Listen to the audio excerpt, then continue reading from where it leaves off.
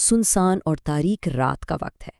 ہر طرف ایک عجیب سی خاموشی چھائی ہوئی ہے، اور اچانک حضرت ابراہیم علیہ السلام ایک بے چینی کے عالم میں بیدار ہوتے ہیں۔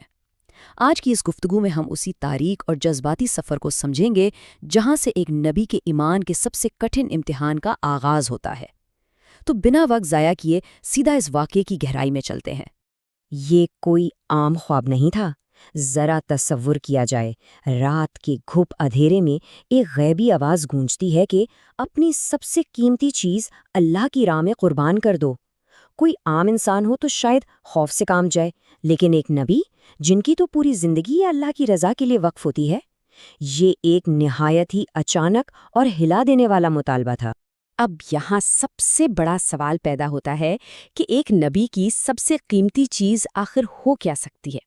حضرت ابراہیم علیہ السلام بالکل اسی گہری سوچ میں ڈوب گئے۔ اس وقت شاید انہیں اندازہ بھی نہیں تھا کہ یہ ایک خواب زندگی کو کس طرح ہمیشہ کے لیے بدل دے گا۔ آخر اللہ کو کیا مطلوب ہے؟ یہ ایک ایسا راز تھا جسے جلد از جلد سلجھانا ضروری تھا۔ خیر، جیسے ہی صبح ہوئی ایک بہت بڑا فیصلہ کیا گیا۔ دیکھیں، اس دور میں مادی دولت کی انتہا اونٹ ہوا کرتے تھے، تو انہوں نے اپنے قبیلے کے 100 سب سے بہترین اور قیمتی اونٹ جمع کیے اور انہیں اللہ کی راہ میں قربان کر دیا۔ یہ کوئی چھوٹی موٹی بات نہیں تھی، یہ اپنی طرف سے ایک بہت بڑی کوشش تھی تاکہ اس خواب کی تعمیل کی جا سکے۔ لیکن یہاں ایک عجیب سا تضاد دیکھیے۔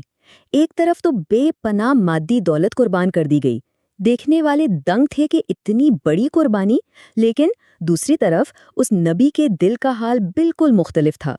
اتنی بڑی قربانی کے باوجود دل کو کوئی اطمینان نہیں ملا، ایک بے قراری سی تھی، جیسے اندر سے یہ احساس ہو رہا ہو کہ نہیں، جو مانگا گیا تھا وہ ابھی تک دیا نہیں گیا، امتحان ابھی باقی ہے۔ اور پھر اگلی رات وہی خواب دوبارہ آ گیا، بالکل وہی الفاظ، وہی آواز اور وہی مطالبہ ایک بار پھر نیند میں گونجا۔ اس تکرار کا مطلب بالکل صاف تھا کہ قربانی قبول تو دور کی بات، اصل قربانی کا معیار تو کچھ اور ہی ہے۔ یہ صورتحال واقعی بہت شدید تناؤ پیدا کرنے والی تھی۔ محسوس ہو رہا تھا کہ جو کچھ پیش کیا گیا وہ ابھی بھی ناکافی تھا۔ تو اگلے دن اس راز کو سلجھانے کی ایک اور بے چین کوشش کی گئی۔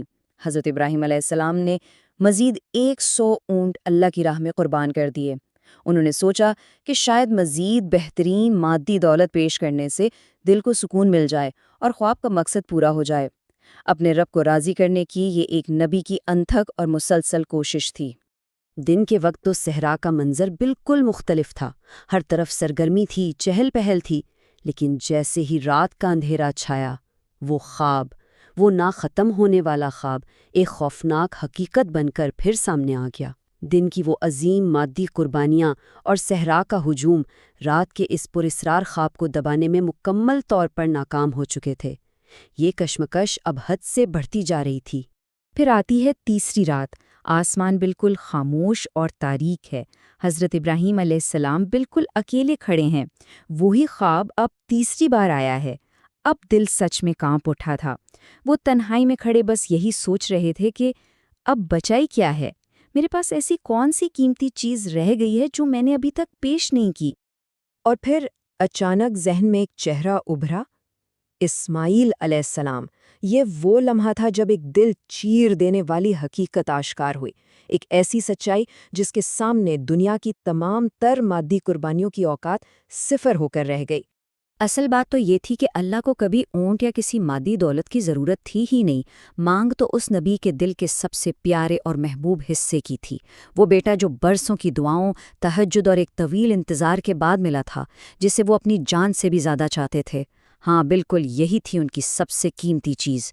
دنیا کی کوئی بھی دولت اس محبت کا مقابلہ نہیں کر سکتی تھی۔ پہلے تو ایک باپ کا دل اس خوفناک احساس سے تڑپا کہ اسے اپنے ہی لخت جگر کو قربان کرنا ہے، اور صحرا کی تیز ہوائیں جیسے اس درد کو مزید گہرا کر رہی تھیں۔ پھر آسمان کو تکتے ہوئے ایک پوری رات بے خوابی میں گزر گئی، لیکن دیکھیں، فجر کی اذان تک یہ بے قراری ایک خاموش اور اٹل فیصلے میں بدل چکی تھی۔ یہ طے پا گیا تھا کہ اگر یہ میرے رب کا حکم ہے تو اب کوئی قدم پیچھے نہیں ہٹے گا، چاہے یہ کتنا ہی دردناک کیوں نہ ہو۔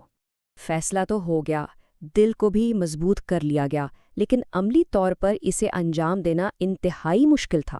سب سے کٹھن لمحہ تو اب آنے والا تھا۔ ایک باپ کو اپنے پیارے بیٹے حضرت اسماعیل علیہ السلام کو اللہ کے اس حکم کے بارے میں بتانا تھا۔ رونگٹے کھڑے ہو جاتے یہ تصور کر کے، ایک باپ اپنے بیٹے کو اپنی اس بے بسی اور اس عظیم حکم کے بارے میں کیسے آگاہ کرے گا؟ تاریخ میں ایسی آزمائش کی مثال کہیں اور نہیں ملتی۔ آج کی اس گفتگو کا اختتام اس طاقتور سوال پر ہوتا ہے، جب ایک باپ اپنے بیٹے کو اس قربانی کا حکم سنائے گا تو اس بیٹے کا رد عمل کیا ہوگا؟ کیا وہاں خوف غالب آئے گا اور وہ پیچھے ہٹ جائیں گے، یا پھر تاریخ ایک ایسا ایمان افروز جواب سنے گی جس کی گونج سے آسمان بھی لرز اٹھے گا؟ یہ وہی عظیم واقعہ ہے جو ایمان، محبت اور مکمل تسلیم و رضا کا مطلب ہمیشہ کے لیے واضح کر دیتا ہے اور ہر انسان کے لیے ایک گہری سوچ چھوڑ جاتا ہے۔